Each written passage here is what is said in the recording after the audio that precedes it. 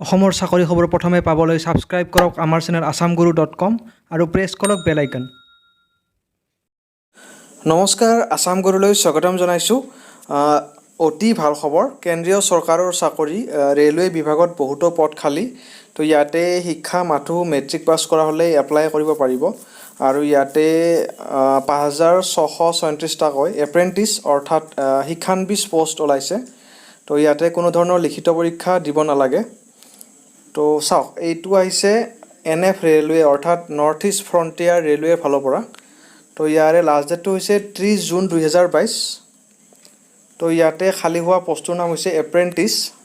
Total ৫,৬৩৬টা post ওলাইছে। তো এইটো এটা জব নহয়, এইটো এটা ট্ৰেইনিং পিৰিয়ড হ'ব। তো এইটো এটা ট্ৰেইনিং কোৰ্চ হয়, যিটো ৰেলৱে ফালৰ পৰা দিয়া হয়। তো এইটো ট্ৰেইনিং কৰিলে আপোনালোকে অতি সহজে চাকৰি পাব পাৰে। ৰেলৱে বিভাগতে হওক বা যিকোনো বিভাগত চাকৰি পাব পাৰে। এপ্ৰেণ্টিছ ট্ৰেইনিং বুলি কোৱা যায়। আৰু এইটো কৰাৰ সময়ত আপোনালোকে এটা দৰমহা পাব, যিটো অকণমান কম পাব। আৰু এইটো কমপ্লিট কৰাৰ পিছত আপোনালোকে এখন চাৰ্টিফিকেট পাব, যিখন চাৰ্টিফিকেট খুবেই কামত আহে। চাওক, ইয়াতে ষ্টাইপেণ্ড লিখা আছে, দৰমহাও দিয়া হ'ব। আৰু ইয়াৰ পিছত চাওক, ডিভিজন ৱাইজ ক'ত কেনেকুৱা পষ্ট ওলাইছে। তো ইয়াতে আছে লামডিং ডিভিজনত ওলাইছে ১১৪০টা পষ্ট।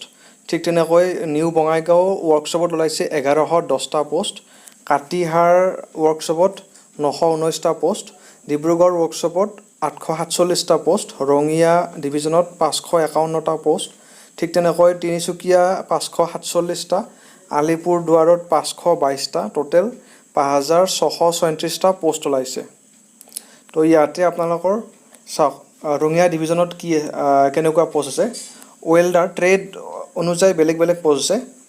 তো ৱেল্ডাৰ ট্ৰেডত আছে 30টা পষ্ট, ফিটাৰত 70টা, ইলেক্ট্ৰিচিয়ান 30টা, ৰেফ্ৰিজাৰেটৰ বা AC মেকানিকৰ 20টা পষ্ট। ঠিক তেনেকৈ ইলেক্ট্ৰিচিয়ান ১৪০টা, লাইনমেন ৩১টা, information technology electronic system maintenance ৬০টা, কাৰ্পেণ্টাৰ ৩৫টা, প্লাম্বাৰ ১৫টা, মেছন ৯০টা, পেইণ্টাৰ ৩০টা। ঠিক তেনেকৈ লামডিং ডিভিজনতো এনেকুৱা পষ্ট আছে। আৰু ইয়াৰ পিছত আছে তিনিচুকীয়া ডিভিজন, ইয়াতেও আছে। ইয়াৰ পিছত আছে বঙাইগাঁও ডিভিজন। আৰু ইয়াৰ পিছত আছে ডিব্ৰুগড় ডিভিজনত, ইয়াতো এইকেইটা পষ্ট খালী আছে। তো ইয়াৰ কাৰণে এপ্লাই কৰিবলৈ হ'লে আপোনালোকৰ এটা শিক্ষা বিচৰা হৈছে, যিটো মেট্ৰিক পাছ কৰা হ'ব লাগিব। মিনিমাম মেট্ৰিক পাছ হ'ব লাগিব আৰু 50% মাৰ্কছ থাকিব লাগিব। 50% মাৰ্কছ লৈ মেট্ৰিক পাছ কৰা হ'লেহে এপ্লাই কৰিব পাৰিব। লগতে ITI পাছ হ'ব লাগিব। তো ITI নেশ্যনেল ট্ৰেড চাৰ্টিফিকেট থাকিব লাগিব ITIৰ পৰা। তো ইয়াৰে আপোনালোকৰ যিটো ট্ৰেডত চাৰ্টিফিকেট আছে, তো সেই ট্ৰেডটোতে আপোনালোকে এপ্লাই কৰিব পাৰিব। মেচিনিষ্ট হ'লে মেচিনিষ্ট, ঠিক তেনেকৈ ৱেল্ডাৰত থাকিলে ৱেল্ডাৰত এপ্লাই কৰিব লাগিব। আৰু ইয়াতে এইটো শিক্ষা বিচাৰিছে। আৰু ইয়াৰ পিছতে চাওক, ইয়াতে বয়সৰ সময়সীমা দিয়া হৈছে। বয়সৰ সময়সীমা 15 পৰা 24 বছৰৰ ভিতৰত হ'লেহে এপ্লাই কৰিব পাৰিব। তো অৱশ্যে ৰেহাই থাকিব। SC ST হ'লে 5 বছৰ অৰ্থাৎ 29 বছৰলৈ পাৰিব। OBC হ'লে 3 বছৰ, তো 27 বছৰলৈ পাৰিব OBC হ'লে। আৰু ইয়াতে এটা এপ্লিকেশ্যন ফিজ জমা দিব লাগিব, যিটো এপ্লিকেশ্যন ফিজ 100 টকা।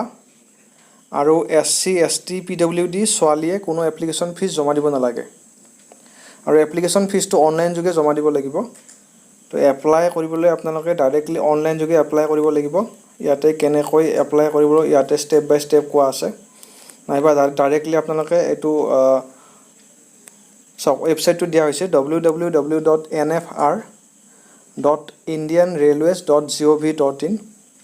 নাইবা ডাইৰেক্টলি আপোনালোকে ইয়াতে এপ্লাই অনলাইনত ক্লিক কৰি এপ্লাই কৰিব পাৰিব। আৰু ইয়াতে এডভাৰটাইজমেণ্ট ডিটেইলছত ক্লিক কৰি অফিচিয়েল এডভাৰটাইজমেণ্টটো চাব পাৰিব। এপ্লাই আৰম্ভ হৈছিল 1 জুন 2022ৰ পৰা আৰু লাষ্ট ডেটটো হৈছে 30 জুন, অৰ্থাৎ অহাকালি লাষ্ট ডেট হয়। তো যিসকল ইচ্ছুক প্ৰাৰ্থী আছে, সেইসকল ল'ৰা ছোৱালীয়ে এপ্লাই কৰিব পাৰে। তো এইখন হৈছে অফিচিয়েল এডভাৰটাইজমেণ্ট। ইয়াতে এইখন চাব পাৰে আপোনালোকে। এইখন North East Frontier Railway Recruitment Cell, station colony, Panbazar, Guwahati 781001। তো এইখন অফিচিয়েল এডভাৰটাইজমেণ্ট। তো ইয়াতে গোটেইখিনি কথা কোৱা আছে, ক'ত কিমান পষ্ট আছে আৰু ইয়াতে গোটেইখিনি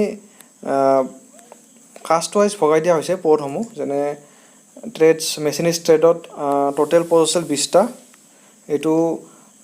এইটো কাটিহাৰ ডিভিজনৰ হয়। তো ইয়াতে আনৰিজাৰ্ভ আছে 10টা, ঠিক তেনেকৈ OBC 5টা, SC 3টা, ST 2টা।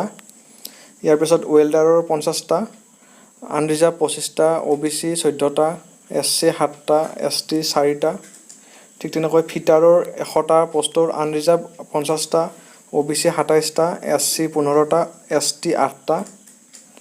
এনেকৈ গোটেইখিনি ডিভিজনৰ পষ্ট অনুযায়ী আৰু কাষ্ট অনুযায়ী এতিয়া গোটেইখিনি দিয়া আছে, এইখনি চাব পাৰে।